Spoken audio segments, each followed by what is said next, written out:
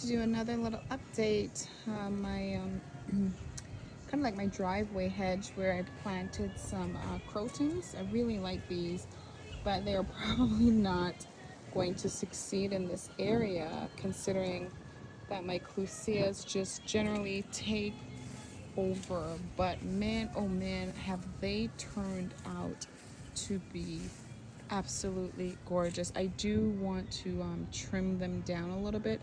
As you can see, like this area is a little slim, so I want to cut them and see if they will widen out its path, although some of them naturally widen out themselves. But like for instance this one, it should probably be cut back a little more.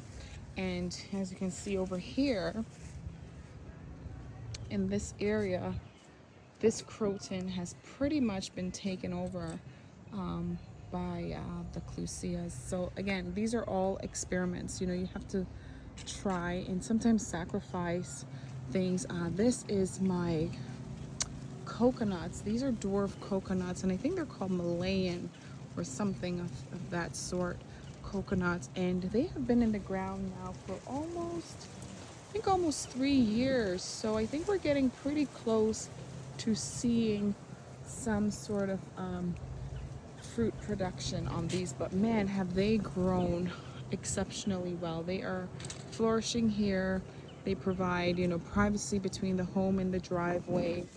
And I think once they start producing, it's just going to add some more benefits to the actual fruit forest.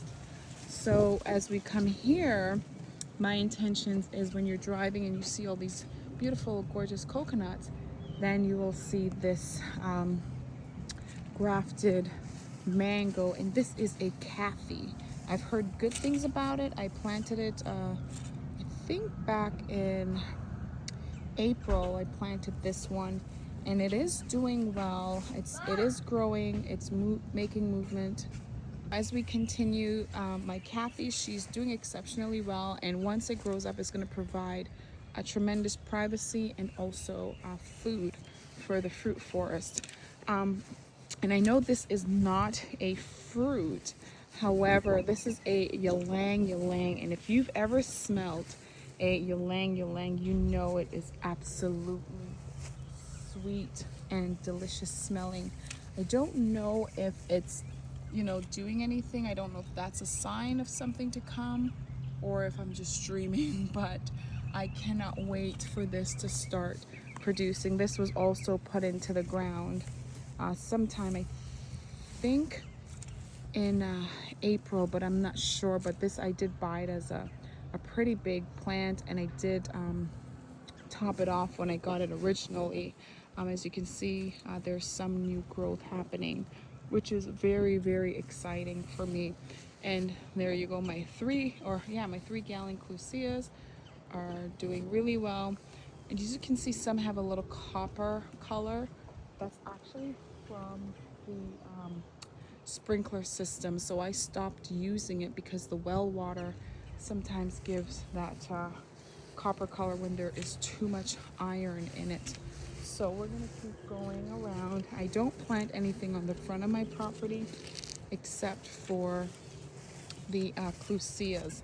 But here you can see I planted an agave. This was an agave sucker that came from the mother plant, which I will show you. And if you can see over here, there's another one popping up. I will remove that because I don't want another one of those.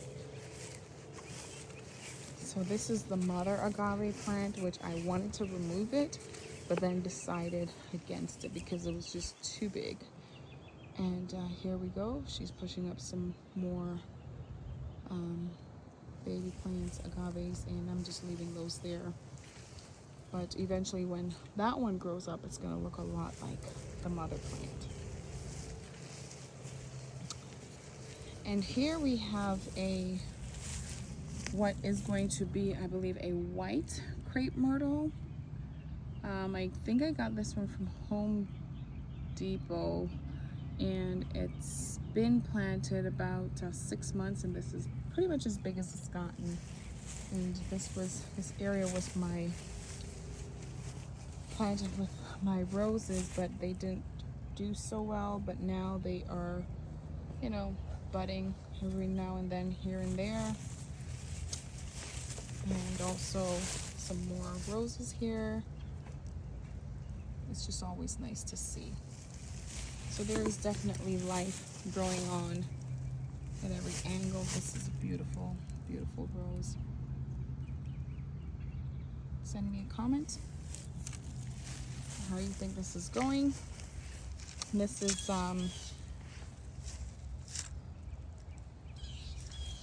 the side of my property where this was a mango seedling. This is a soursop, and this is doing really well. Oh no, no, stop it. Oh my gosh, look at that, guys. That's ridiculous. I didn't even know this was happening. Look at that.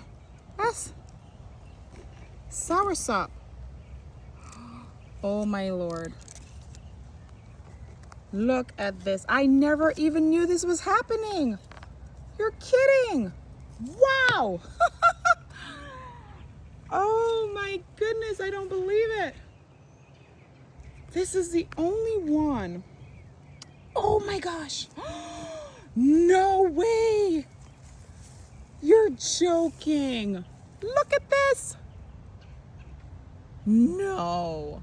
What? I had no idea.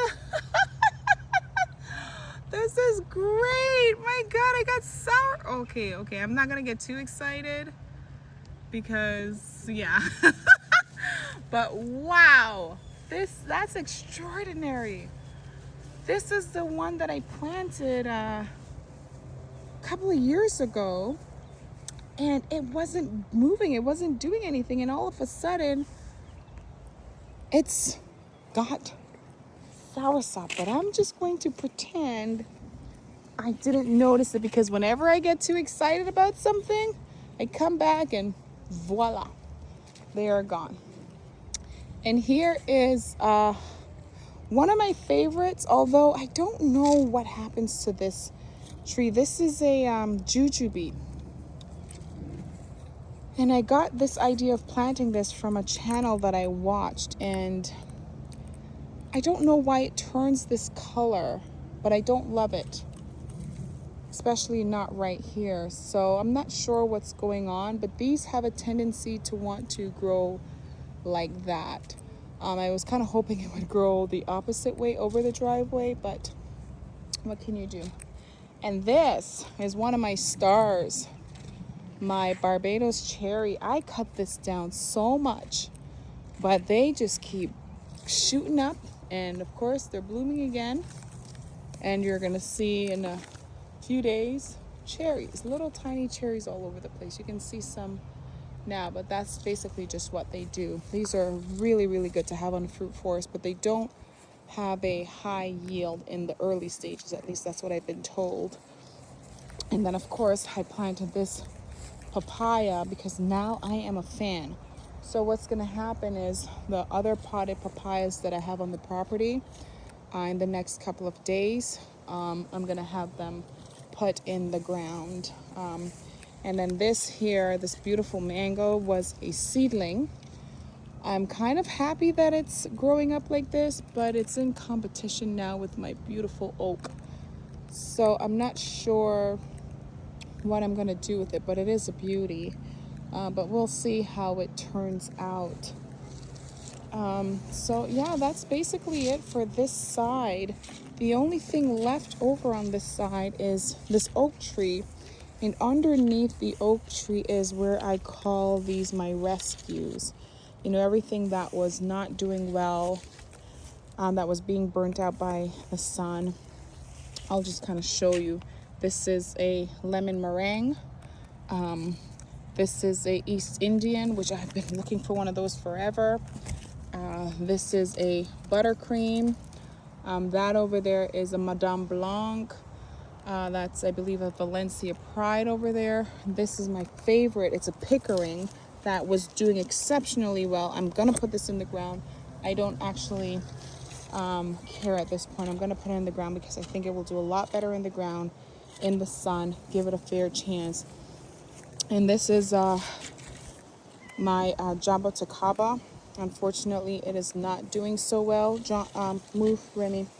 And this over here is my miracle fruit. It is actually improving under the shade. And I have some white sapote. I have also some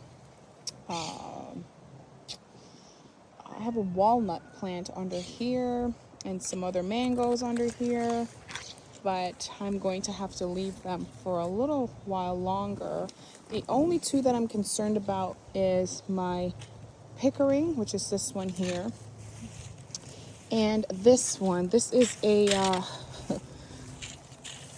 tamarind, and it's supposed to be a sweet tamarind, and it was growing really nicely. Then I put it under here and it's not doing well. I know this is going to seem crazy, but I am going to take it out of the pot and I am going to put it in the ground because I think it would do much better in the ground than it's doing sitting in this pot over here. So I'm going to put it in the ground and heavily mulch it. I'm going to build up a little island system for a lot of these plants here and see which ones are going to thrive and which ones won't. I know people say when they're so young you don't want to put them in the ground, but at this point I don't want to keep monitoring them underneath this tree because it's not conducive to what I want to happen to my food forest. So I want to put them in the ground and let them root and shoot up on their own. If they survive, great. If they don't, then I'll just basically just kind of move on. With the exception of the Jaboticaba, I'm going to leave it here a little bit longer and see what happens because this is a very expensive plant, and I do know that they like or prefer the shade more than they do being out. So this, the miracle fruit, and the ones that are also more green, I'll leave them. The ones that aren't so green, I'll plant them out into the island with some pigeon peas and heavily mulch it and see what happens later. Well, this is basically going to conclude my tour. Thank you so much for watching. Like, subscribe, comment on my video. Send me any requests. You know, if you have any questions, if you have any concerns, if you have any tips on how to keep my plants alive here in South Florida, please don't be a stranger. I'm happy to read and respond to anything. Thank you so much, and keep liking, subscribing, and commenting on my videos.